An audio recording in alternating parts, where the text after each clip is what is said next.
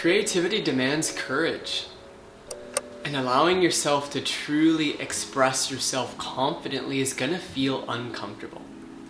But this is what's gonna set you apart from 99% of other people and 99% of other creatives and entrepreneurs is the capacity to be bold and to be courageous in the way that you give your gifts. So in this video, I just really want to dive into what it means to be creatively confident and how to navigate the resistance and the tests and trials that pop up along the way. And if you're new here, my name is Kev. I'm an award-winning furniture designer, and I help ambitious creatives design and build aligned businesses. So the reason I say that creativity demands courage is if you are truly expressing yourself from your core, from your heart, that's a bold act. It takes a tremendous amount of connection to yourself to be able to give this pure expression of yourself to the world. Anyone who's wanted to launch something or offer something to the world 100% has struggled with the fear of being seen, the fear of rejection, the what ifs, the analysis paralysis, the perfectionism, the people pleasing. You go on and on and on and on and on. It's edgy. It brings up some deep insecurities.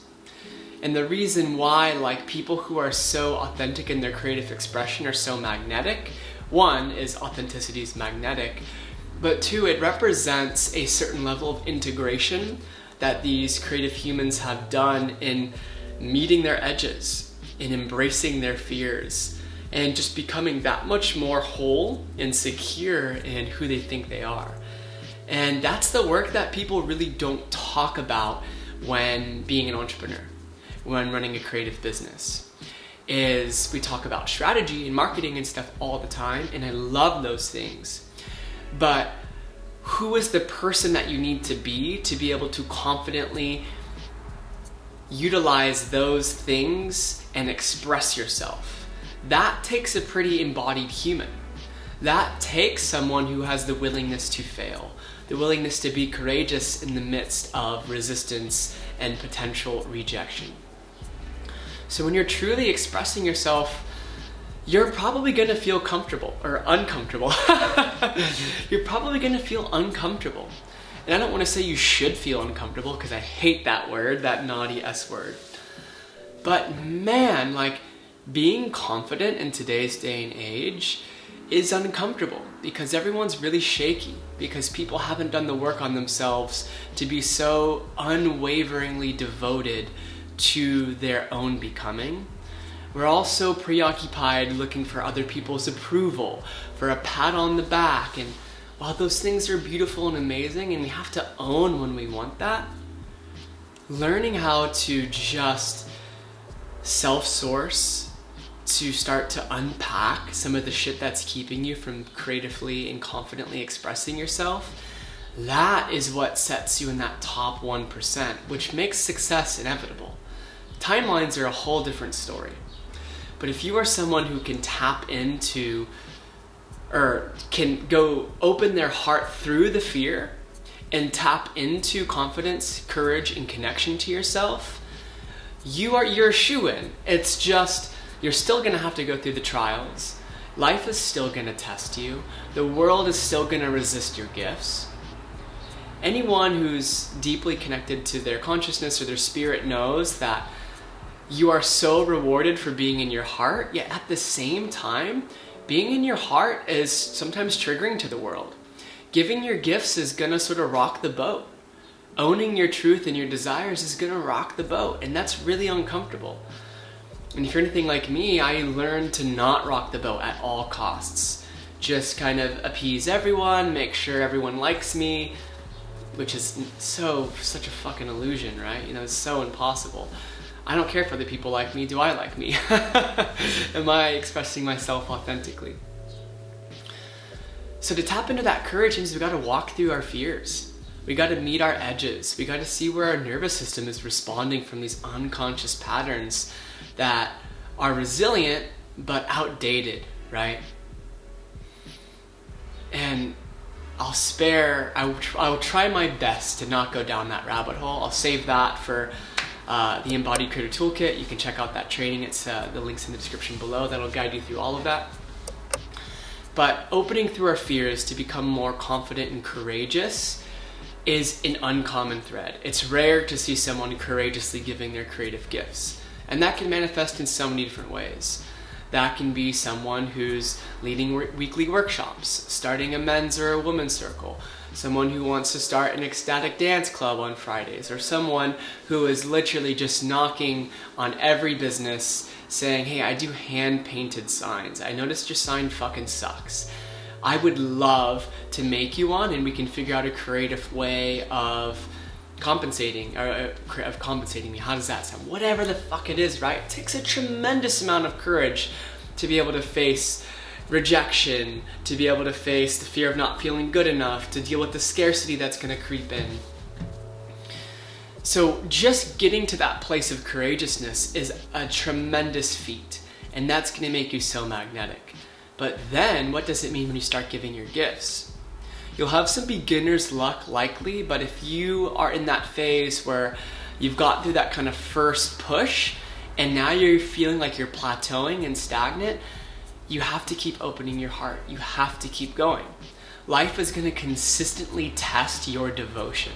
This is something I find at every step of my journey in every area of my life, but to keep the conversation around creativity and business, every time I expand my creative business or reach into a new sort of revenue ceiling, I am tested and challenged. Shitty clients come in that I have to learn to say no to despite the money, or I have just unforeseen circumstances and events, or weird financial stuff comes up and I'm just tested and tested and tested, or I launch a new offer and nobody fucking wants it. And how do I navigate that without making it personal, without making that mean something about my inherent value? I believe that business is applied spirituality, where we're really given the opportunity to get the rubber on the road with our level of embodiment, because it's such a powerful vessel for how we're giving our unique gifts to the world, and not to pressure yourself into saying you have to be so on purpose with how you make money, but to accept that challenge that like when you give your gifts, you're becoming a leader. When you run a business, you are becoming a leader. And so to do your best to embody the leadership that you crave to see in the world, to imbue your consciousness, your relationship to yourself, your open-heartedness through your work, the way that you interact with people, that's a huge calling. That's a vocation in itself. And there's going to be so many tests. I'm tested like weekly of my integrity in the way that I show up. And sometimes, you know what, I just want to be like, fuck, I don't want to respond with an open heart to this person that keeps asking 100 questions before moving forward. I don't want to open my heart. And we also have to have boundaries, right? I'm not saying just open yourself, be completely energetically available to everyone and everything. Not at all what I'm saying. To have a clear sense of self where you end and where someone else begins is an incredibly powerful practice. Again, an Embodied Creative Toolkit, link in the description below. But the more that we can embody what we wish to see more of in the world through our creative work and our creative leadership, the more we're going to become magnetic, the more boldly and courageously we're going to act, the more connected to our mission we're going to feel through our work. And your mission is much, much more than your work. It's before your work even. But the more connected we're going to feel to that. And the more that we're going to pass tests with ease, because we'll be able to spot when life is giving us an opportunity to deepen our practice, to stay connected and aligned and in integrity, and to have our heart open and to stay true to our core values. Which, a brief aside on that, I think so many people struggle, myself included. I struggled in my business for years because I didn't actually know what my core values were. I unconsciously had connection to them, but I couldn't consciously say that my core values are beauty and design, vitality and wellness, honesty and integrity, and play. I had no fucking clue, you know? They leaked out like they came out, right? But the more connected you can be to that, the more strong your work's gonna be. Oh, and this leads me to a powerful practice I want to mention called owning your truth. It's something that I love to facilitate in my one-to-one containers and workshops. It's being able to own the truth of what you want to offer the world and tracking the way that it feels when you say it. Because I ask a lot of people, like, what do you want? And they're like, well, you know, I kind of want, like, I want to do this thing where I feel like I have like a space and I'm giving, and they'll just go on and on and on, and they'll kind of be fidgeting and touching their face and all this stuff, which on an energetic level makes you pretty not confident and untrustworthy and not as respectable. I mean, it's sharp, but that's sort of how it is. But when you can really get in your body and own the truth and say, I want to impact the world through creating healing spaces for my community. Ooh, fuck. And that's abstract. I mean, you can get more and more specific. But the more that you can condense that, keep that to like 1 to 2 sentences. And this goes for everything. This also says, this goes for saying what you want. Saying what you want with a client, you know, like, hey, I would really value really clear communication. Is that something that we can create together? You know, just be radically honest with how you feel through this process. I can handle it. Just being able to speak confidently in that capacity is like magnetic and just makes people want to fucking pay you more.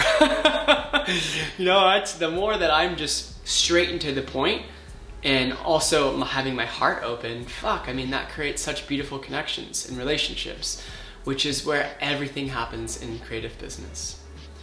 So all that to say, I mean, courageous is not an easy, to be courageous is not an easy feat.